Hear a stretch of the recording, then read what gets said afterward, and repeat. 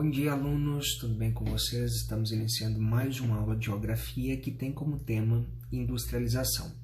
Nessa aula de hoje, alunos, nós veremos alguns fatores, alguns elementos que se relacionam a esse termo de industrialização e como que ele é aplicado nos mais variados países, levando-se em conta as distinções de cunho econômico. Nós sabemos que o Brasil é uma nação em desenvolvimento, bem como nós temos nações que são consideradas como se fossem países desenvolvidos, entre elas os Estados Unidos e algumas nações europeias, bem como do continente da Oceania e também Canadá, entre outros. Bom, antes de mais nada, nós temos que saber o conceito da palavra indústria, porque se nós soubermos, fica tudo mais fácil para que haja uma compreensão visando a absorção desse conteúdo.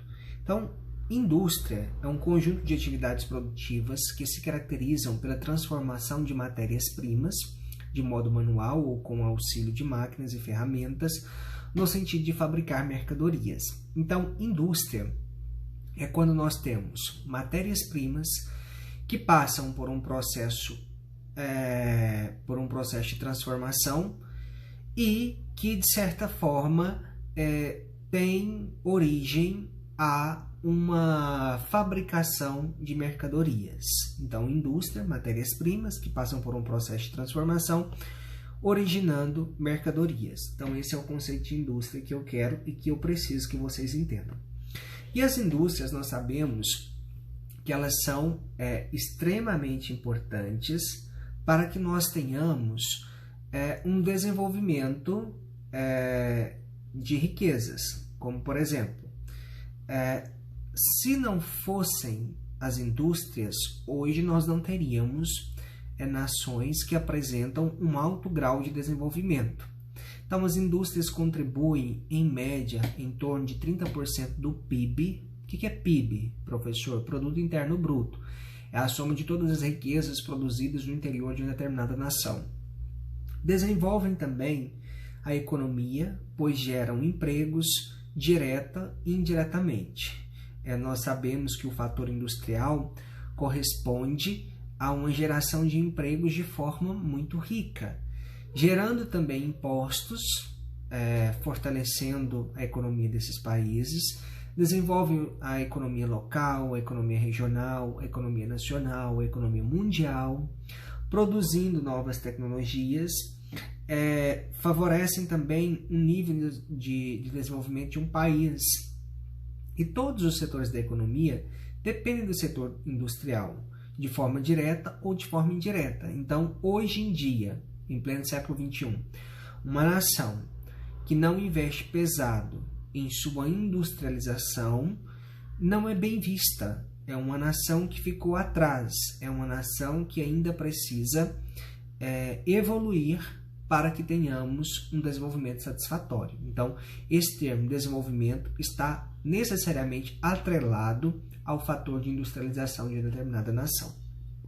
Ainda, alunos, nós temos impactos negativos das indústrias, como, por exemplo, as indústrias contribuem para a degradação ambiental, isso é um fato, não tem como negar, tanto é que nós até poderemos pegar o caso do nosso município, Rubiataba. Nós temos aqui uma indústria, que é a usina Cooper-Rubi, e nós sabemos que ela degrada o meio ambiente, que ela degrada nascentes, que ela contribui para um processo de desmatamento, mas há malefícios, evidentemente, mas há benefícios também para a comunidade.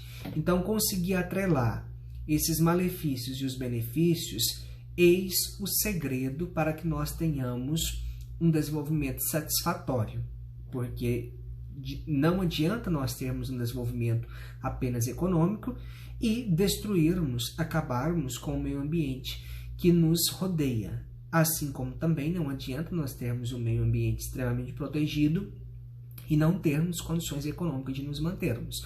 Então, conseguir achar o caminho, o meio termo entre desenvolvimento econômico e proteção ambiental é um segredo que poucas indústrias conseguem. As indústrias multinacionais podem intervir na economia de um país através de seu domínio econômico e político. Prova disso é aquela concessionária, que eu não me recordo o nome agora, mas essa concessionária de veículos, se eu conseguir me lembrar do nome, eu menciono para vocês, alunos. Elas exigem em uma determinada nação que sejam concedidos determinados incentivos fiscais, redução de impostos para que haja instalação, porque de certa forma traz benefícios para o local onde elas forem instaladas, uma vez que elas geram empregos, geram uma melhoria da qualidade de vida. Então essas indústrias multinacionais acabam interferindo nesse processo econômico e político onde elas são instaladas. Provocam mudanças no consumo, a fazer com que as pessoas passem a adquirir aquilo que for de interesse das indústrias. Por exemplo, a escravidão no Brasil, ela foi findada em 13 de maio de 1888, graças a essa fase de industrialização, porque esses burgueses passaram a exigir que os trabalhadores tivessem recursos, dinheiro, para que pudessem consumir os seus produtos. Então, uma principal característica dessa industrialização é que elas favorecem ao processo capitalista, e favorecendo esse processo capitalista, nós temos que ter dinheiro, nós temos que ter recursos circulando entre as nações. Então, esse também é um ponto a ser citado. E modos de produção industrial, nós temos a indústria artesanal. Essa indústria artesanal é uma indústria mais de cunho familiar, em que o artesão ele possui os meios de produção e trabalha com a família em sua própria casa, a realizar todas as etapas, desde o preparo da matéria-prima até o acabamento final.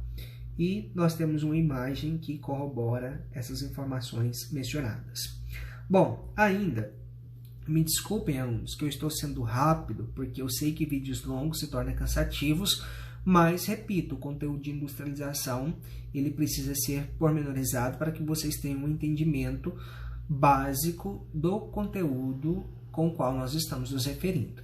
A indústria manufatureira, ela originou-se no século XVII, início do século XVIII, e resultou da ampliação do consumo, que levou o artesão a aumentar a produção e o comerciante a dedicar-se à produção industrial. Ou seja, chegou um determinado ponto dessa indústria manufatureira que o artesão não conseguiu suprir a procura de determinadas mercadorias, de determinados produtos.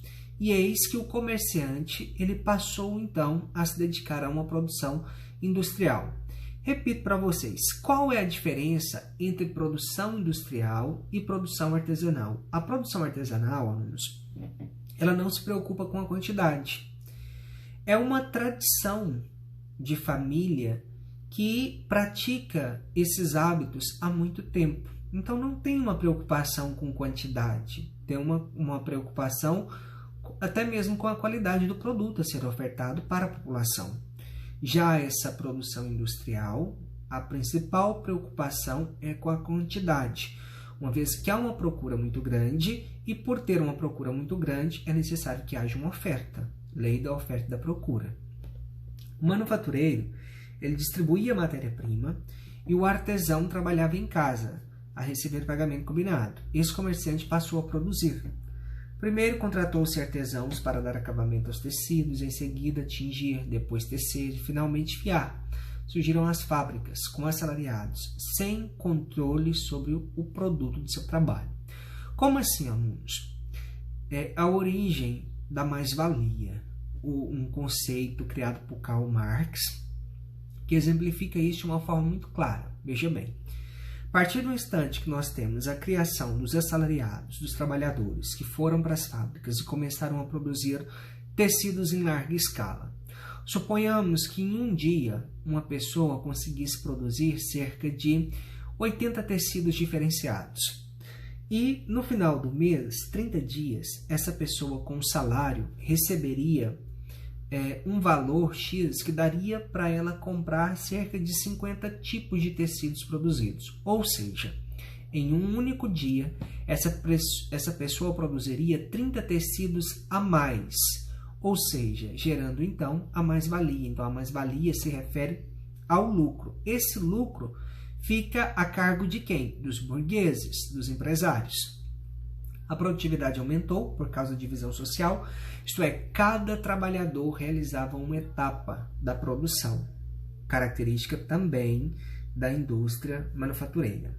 Depois, no século XVIII, introduziu-se finalmente o sistema de fábrica, em substituição à produção manufatureira. Os trabalhadores passam a ser reunidos em um só lugar, a fábrica. E nessas fábricas inicia-se uma produção em larga escala. E essa produção em larga escala, ela é muito presente na Inglaterra, especificamente na segunda metade do século XVIII, que é quando nós temos o início da Revolução Industrial. Na maquinofatura, o trabalhador estava subordinado ao regime de funcionamento da máquina e a gerência direta do empresário.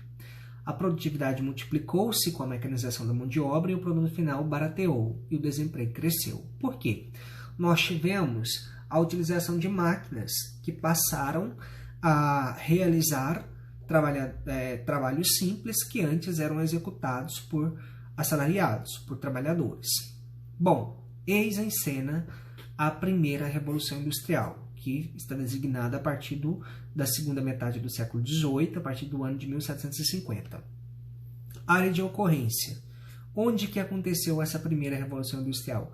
Inglaterra. Fonte de energia, carvão. Como assim carvão? Através da utilização de máquinas a vapor. Indústria principal. A principal indústria que desenvolveu, a indústria têxtil. Introdução dos teares mecânicos e da máquina a vapor. Ferrovias e navios a vapor foram criados nesse período. Eram localizadas próximas às reservas de carvão, justamente porque a principal fonte de energia consistia no carvão. Então, por isso que eram próximas às reservas de carvão.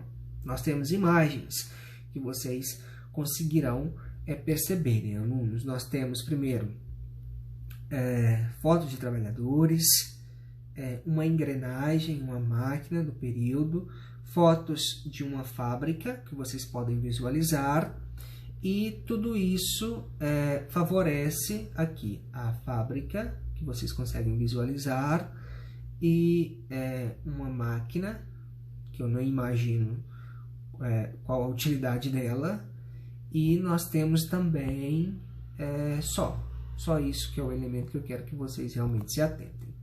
Bom, ainda, alunos, nós temos a segunda Revolução Industrial, que aconteceu na segunda metade do século XIX, especificamente a partir dos anos de 1850. Área de ocorrência, nos Estados Unidos da América. Fonte de energia, ou seja, é o início da utilização do petróleo, marcada pela invenção da eletricidade, expansão dos mercados, necessidade de novas fontes de matérias-primas, expansão das indústrias de base, metalúrgicas, siderúrgicas, indústrias automobilísticas, petrolíferas, linha de montagem e especialização do trabalho e maior divisão do trabalho, colonialismo europeu.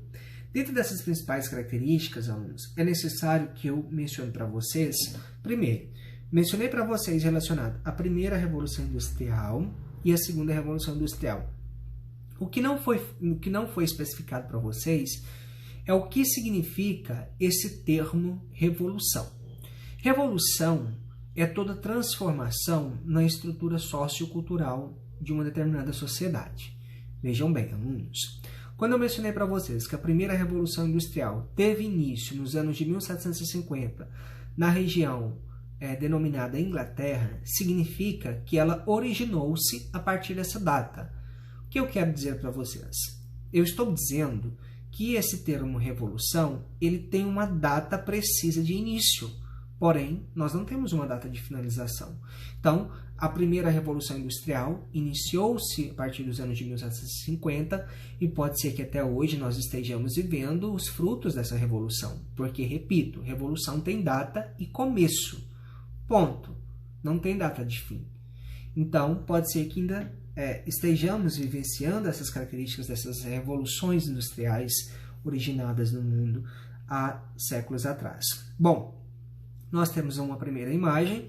Início do século XX, cada peça exigia um montador, que foi feita essa divisão, uma vez que os trabalhadores foram direcionados para as fábricas.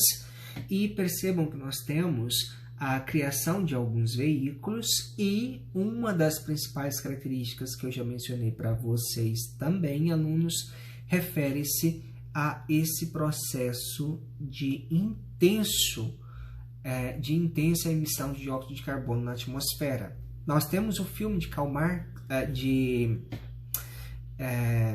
nós temos filmes que retratam esse elemento